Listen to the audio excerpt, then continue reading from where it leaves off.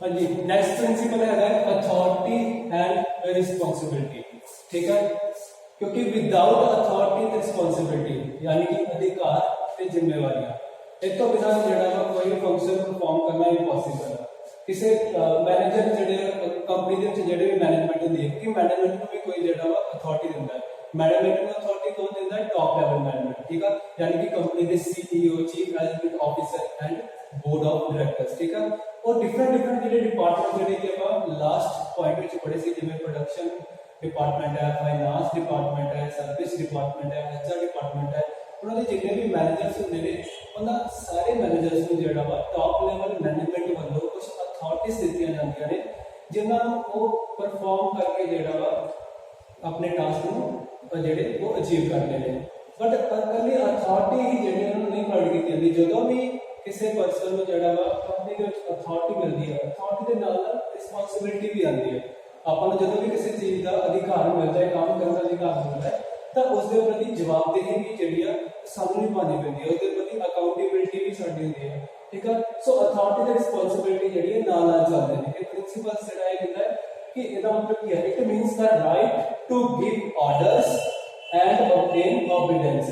कि अथॉरिटी की responsibility principal ये कहता है कि इसका मतलब क्या है कि एक राइट प्रोवाइड करता है ऑर्डर्स देने का। ठीक है, किन्ना नु मैनेजमेंट, क्योंकि मैनेजमेंट ही जो अथॉरिटी मिलती है और लो लेवल जी मैनेजमेंट का लो लेवल जो पार्ट होता है वो ऑर्डर्स देती है और ऑर्डर देकर जो फंक्शंस परफॉर्म करवाती है। ठीक है, so a right to give orders and obtain obedience कि जो अधिकार तो मिलता ही मिलता है, पर अधिकार के नाल जो जिम्मेवारी भी मिलती है कि एक अथॉरिटी के नाल जिम्मेवारी मिलती है कि उस काम को किस तरीके से करवाना है।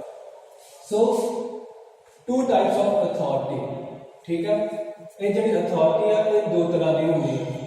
सब तो पहला फिर हमारे पिछले का मीनिंग क्लियर कर दें कि अथॉरिटी तो बिना कोई भी फंक्शंस परफॉर्म नहीं हो सकते। अगर एक मैनेजर को किसी काम करने की अथॉरिटी ही नहीं होगी तो वो नीचे जो सुपरवाइजर काम कर रहे हैं वो कहना नहीं मानेंगे। अगर मैनेजर को ऑफिशियल अथॉरिटी होगी कंपनी वालों या बिजनेस ऑर्गेनाइजेशन वालों, फिर ही जो उस अथॉरिटी को यूज करके वो अपने नीचे वाले सुपरवाइजर्स को ऑर्डर दे सकता है और उन्होंने काम करने के लिए वो मोटिवेट भी कर सकता है और डायरेक्शन भी प्रोवाइड कर सकता है। ठीक है, सो इस तरीके अथॉरिटी दो तरह की होती है, टू टाइप्स ऑफ अथॉरिटी। पहला अथॉरिटी पढ़ते हैं पर्सनल ते official authority.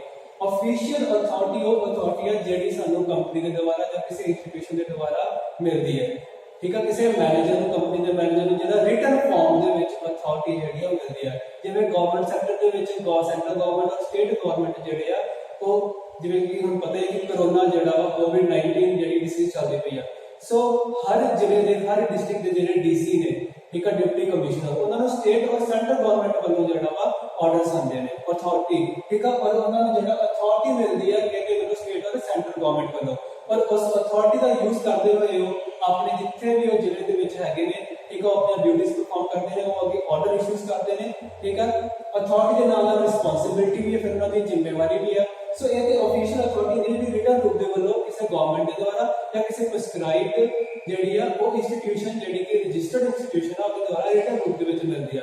Personal authority, personal अधिकार का मतलब है कि जो भी एक मैनेजर को ऑफिशियल अथॉरिटी मिल जाती है तो वो एक पर्सनल अथॉरिटी भी होती है। पर्सनल अथॉरिटी का मतलब फ्रीडम ऑफ वर्क।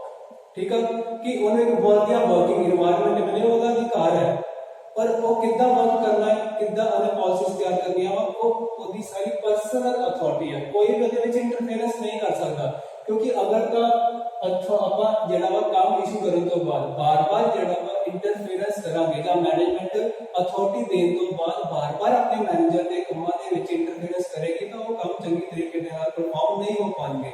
ठीक है, सो पर्सनल अथॉरिटी का मतलब है कि काम को किस तरीके से करना वा, ਉਹਦੇ डिफरेंट प्लान्स कितना सेटअप करने हैं, ये पर्सनल अथॉरिटी है। ऑफिशियल की जी मैनेजमेंट बनवाई है तो फॉलो करनी ही करनी है, मतलब कि वो अधिकार तो उन्होंने मिल ही गया वा। पर्सनल अधिकार है, हर किसी का पर्सनल अधिकार होता है। एक नॉर्मल जो इंप्लॉय भी होता है जो किसी कंपनी के काम करता है या इंस्टीट्यूशन के काम करता है, ਉਹਦੇ कुछ पर्सनल अधिकार भी होंगे ने जिन्होंने एचआर के अंदर भी लिया गया, जिन्होंने आप सुनिया है मनुखी अधिकार भी कह देंगे हैं।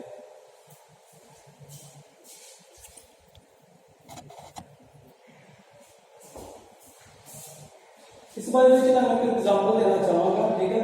जिਵੇਂ कि प्रोडक्शन मैनेजर है, एक किसी भी एक फैक्ट्री का जो प्रोडक्शन मैनेजर है और वो अपने नीचे सुपरवाइजर को ਜਿਹੜਾ टारगेट ਦਿੰਦਾ है।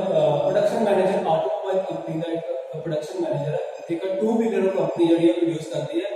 सो कंपनी को ऑर्डर मिला है कि वो 250 यानी कि 250 नवे ਜਿਹੜੇ ਸਕੂਟਰਸ ਜਿਹੜੇ उन्होंने प्रोडक्शन करे, ठीक है।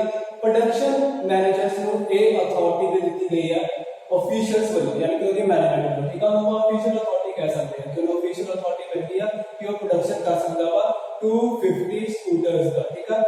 और प्रोडक्शन मैनेजर ने खुद प्रोडक्शन नहीं करनी, वो ये जिम्मेवारी है रिस्पांसिबिलिटी जेड़ा वो प्रोवाइड करता है फॉरमैन, ठीक है। हर फैक्ट्री में फॉरमैन होता है जेड़ा प्रोडक्शन रिलेटेड एक्टिविटीज के लिए रिस्पांसिबल होता है।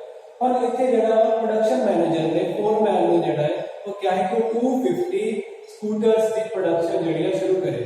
बट इतने एक गल जेड़ी है वो ये नोट करनी है कि उन्हें रिस्पांसिबिलिटी दे दी, अथॉरिटी दी थी उन्हें रिस्पांसिबिलिटी कहते कि फॉरमैन की रिस्पांसिबिलिटी है, प्रोडक्शन मैनेजर में फॉरमैन कहे कि तेरी रिस्पांसिबिलिटी है कि एक मंथ के विच जेड़ी है 250 स्कूटर्स जेड़ी है उन्हां दी प्रोडक्शन हो जानी चाहिए है, ये तेरी जिम्मेवारी है। बट कल्ली रिस्पांसिबिलिटी के नाल जेड़ा वा टास्क कंप्लीट नहीं होता, क्योंकि फोरमैन को अजे जेड़ा अथॉरिटी नहीं मिली कि वो जेड़ा फैक्ट्री दे विचों जेड़ा वा रॉ मटीरियल्स है जेड़े स्कूटर्स बनना ਉਹਦੇ ਜਿਹੜੇ सब कंपोनेंट पार्ट्स ਆ ਉਹ यूज कर सके, क्योंकि ਜਿਹੜੇ सब कंपोनेंट पार्ट्स ਜਿਹੜੇ प्रोडक्शन ਦੇ यूज होने आ ਉਹਨੂੰ यूज ਕਰਨ ਦੀ ਮੈਨੂੰ अथॉरिटी नहीं मिली। ਉਹਨੂੰ रिस्पांसिबिलिटी ਤੇ ਮਿਲਦੀ ਹੈ कि ਉਹਦੀ ਜ਼ਿੰਮੇਵਾਰੀ ਹੈ कि मैं 250 स्कूटर्स ਜਿਹੜੇ प्रोड्यूस करने आ, बट अजे ਉਹਨੂੰ अथॉरिटी नहीं मिली। सो जेड़ा वा विदाउट अथॉरिटी कोई भी पर्सन अपनी रिस्पांसिबिलिटी ਨੂੰ नहीं निभा सकता जिन्नी देर तक ਉਹਨੂੰ ਜਿਹੜਾ ਵਾ कोई अधिकार ना दिता जाए कि वो अपने अधिकार को यूज कर सकता हो। सो जो एक प्रोडक्शन मैनेजर एक फॉरमैन नो रॉ मटेरियल यूज करने की परमिशन भी दे देता है, प्लस रिस्पांसिबिलिटी भी दे देता है कि जेड़ा वा ਤੁਹਾਨੂੰ अथॉरिटी ਦਿੱਤੀ ਜਾਂਦੀ ਹੈ ਰਿਟਨ ਫਾਰਮ ਦੇ ਵਿੱਚ ਕਿ ਤੁਸੀਂ ਜਿਹੜਾ ਵਾ ਉਹ ਸਟੋਰ ਦੇ ਵਿੱਚੋਂ ਰॉ ਮਟੀਰੀਅਲ ਯੂਜ਼ ਕਰ ਸਕਦੇ ਜੇ, ਉਹ ਤੋਂ ਪ੍ਰੋਡਕਸ਼ਨ ਕਰ ਸਕਦੇ ਜੇ। ਪਰ ਉਹਦੇ ਨਾਲ ਤੁਹਾਡੀ ਇਹ ਜ਼ਿੰਮੇਵਾਰੀ ਵੀ ਆ ਕਿ ਤੁਸੀਂ ਜਿਹੜਾ ਇਹਨੂੰ ਵਧੀਆ ਤਰੀਕੇ ਦੇ ਨਾਲ ਜਿਹੜਾ ਪ੍ਰੋਡਕਸ਼ਨ ਨੂੰ ਪਰਫਾਰਮ ਕਰਨਾ ਵਾ ਵਿਦਆਊਟ ਕਿਸੇ ਵੇਸਟੇਜ ਤੋਂ, ਕੋਈ ਵੇਸਟੇਜ ਨਾ ਹੋਵੇ ਰॉ ਮਟੀਰੀਅਲ ਦੀ, ਔਰ ਕੁਆਲਿਟੀ ਜਿਹੜੀ ਪ੍ਰੋਡਕਟਸ ਦੀ ਉਹ ਅੱਛੀ ਹੋਣੀ ਚਾਹੀਦੀ ਹੈ। ਸੋ ਇਹ ਹੈ ਕਿ ਉਹਨੂੰ अथॉरिटी भी मिलती है और रिस्पांसिबिलिटी भी नाल ही मिलती है, ठीक है। विदाउट हम इतने पुलिस की गल कर लेते हैं, ठीक है। मान लो किसी पुलिस ऑफिसर को जेड़ा वा उन्हें किसी क्रिमिनल को जेड़ा अरेस्ट करना है, हम तुहानू भी पता है कि आपां की सर्च वारंट या फिर अरेस्ट वारंट तो बिना कि किसी क्रिमिनल को जेड़ा वा असीं अरेस्ट कर सकते हैं नहीं कर सकते। हालांकि एक पुलिस वाले को अगर पता भी है कि यह पर्सन क्रिमिनल है, ठीक है, फिर भी वो उन्हें फड़ नहीं सकता।